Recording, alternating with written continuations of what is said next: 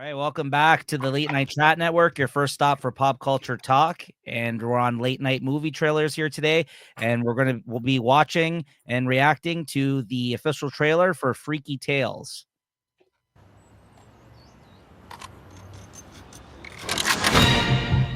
The underdog believes he can do the impossible. Defeat the bully, sell enough mixtapes to get out of the hood.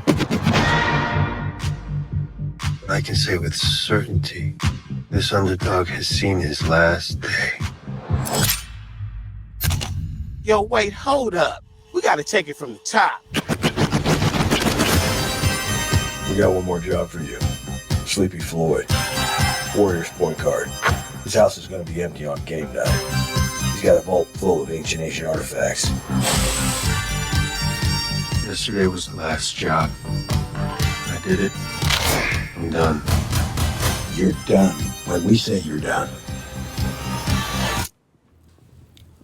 Fuck you. What happened next has been debated over the years. But this is the tale, as I know it to be. I found it! Did you see that? Yeah. That's so rad. You don't expect it. Hi, I'm Sleepy Floyd. Floyd's out there slicing people up with a sword. Can you repeat that?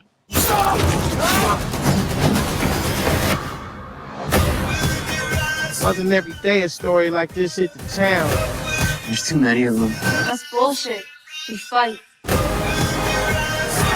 for those who lived through it, it became the stuff of legends.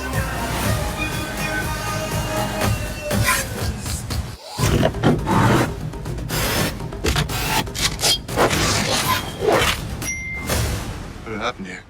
You fucked with the wrong warrior.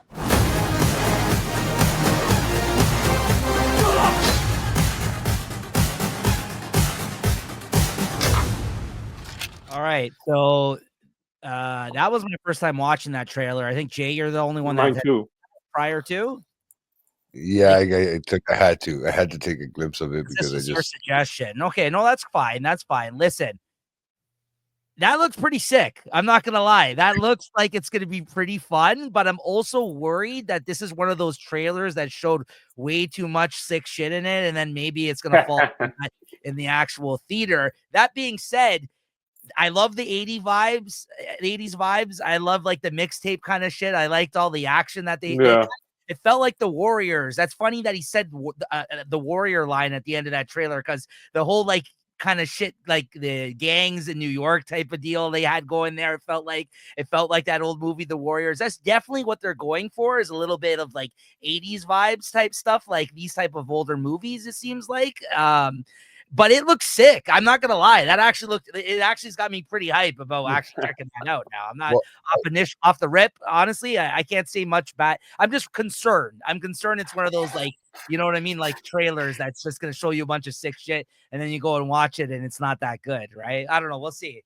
But what I'm thinking is they're saying it's an anthology, and if you read one of the how they gave Coppola all those messed up fucking things, but I mean all those things from like New York Times or Post or whatever, but they're saying it's an anthology of some sort, so you're gonna have the story told by multiple characters, which I don't think really them showing what they showed half of what's gonna be on in the movie, what's gonna happen in the movie.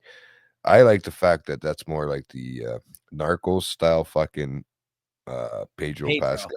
Yeah. Right? Where he's got that drug dealer vibe and that, yeah. You know what was also cool? Seeing Angus Cloud in there. He died. The Euphoria kid, right? Yeah, this must have been one of his last things that Probably. he did, right? Because obviously they were on hiatus with Euphoria. He's not going to be obviously in the next season. They just started filming it. They started filming that Just officially? announced that they started filming it. Oh, wow. Now, yeah, I think I was skeptical it was actually ever going to happen, so that's good to hear. That. I mean, with Zendaya and Sydney Sweeney's schedule alone, right? Like that's that's true. I mean, a lot of those guys blew up. He could have Jacob recorded Elordi guy and stuff. for this. like this thing prior to it, and the only way to change it up was maybe kind of make it an anthology. We don't know how long this has been in post-production or pre-production and all that stuff, this movie as well. If he just died just recently and stuff like that too, maybe that's, I don't know. I mean, if he was doing a lot of recording in between, you don't know how much they can fit in with episodes and shows. I know they have to fit their schedule around a lot of that. I think he died like a year ago now, actually. So I'm No, sure it had to be longer than that, bro. Was it? Yeah, he's been maybe 2023, 22. I don't know. Yeah. He's been dead a long time. I'll double check. What'd you think of it, Max? Yeah, it kind of threw me off halfway through. I was like, because it seemed like a little more serious, and then it just went into like bizarro land. Like that's other people spoken telephone, I think.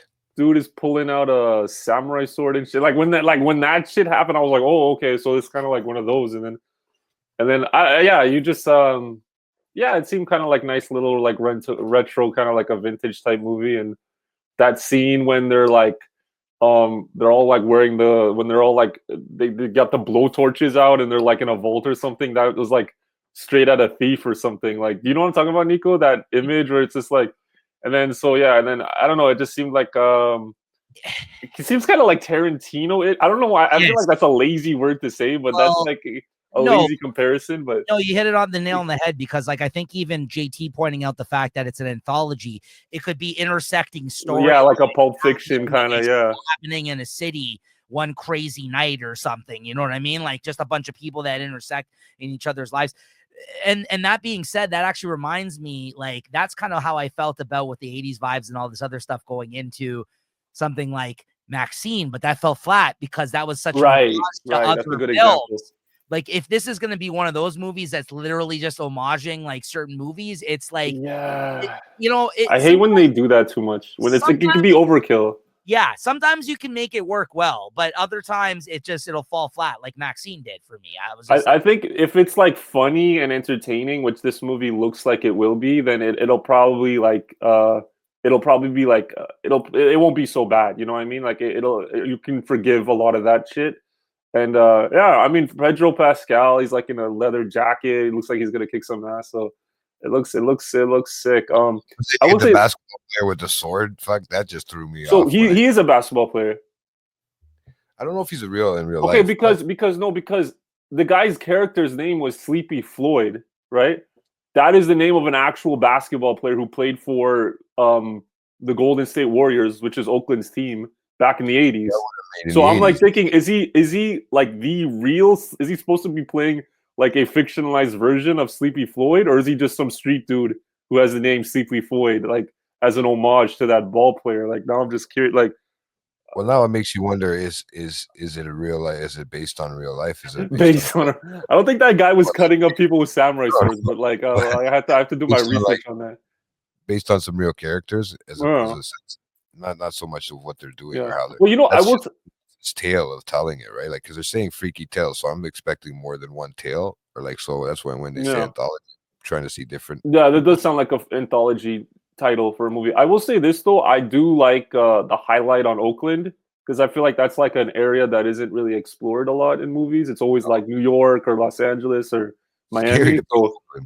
So Oakland seems Oakland, like, it sounds like, you know, obviously, like I think we mentioned before. Ryan Coogler is one of them. Ryan Coogler, that's a good example. Yeah, Fruitvale Station, that was a good one. And Black Panther. Black Panther. Yeah. That was also in Oakland at the start. I'm sure there are many that I remember. That was that one movie, Blind Spotting, with that rapper Daveed Diggs. That was a good one. That was a good movie set in Oakland. If you haven't checked that one out, I'd recommend it. They're afraid to do it because the equipment's gonna be robbed overnight.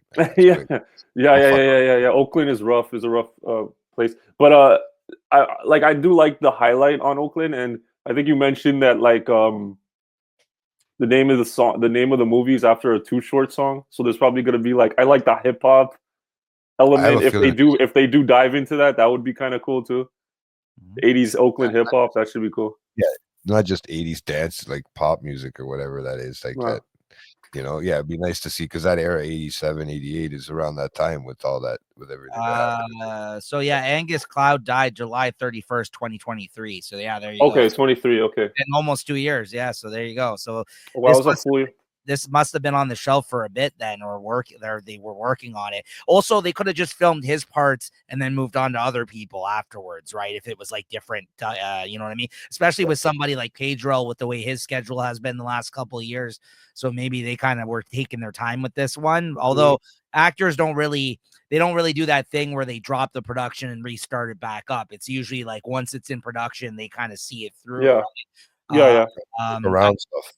Yeah, unless Special cases, you know. unless it's so separate unless it's like a Richard Linklater thing where he's filming people through each year of their lives. Did this is so like off topic. You can like edit this part out if you want, but are they going to resume filming on that Alec Baldwin movie where he like shot that girl, or is that is that dead in the water?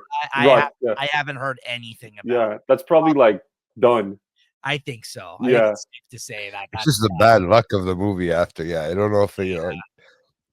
I don't want to repeat that 30 Glock show, but that 30 Glock joke. I also don't think he's gonna want to go back and do that now because he was the guy who was like directing it, right? Probably a lot of the horrible memories and stuff. Yeah. No guns on the next movie he directs. Yeah. So.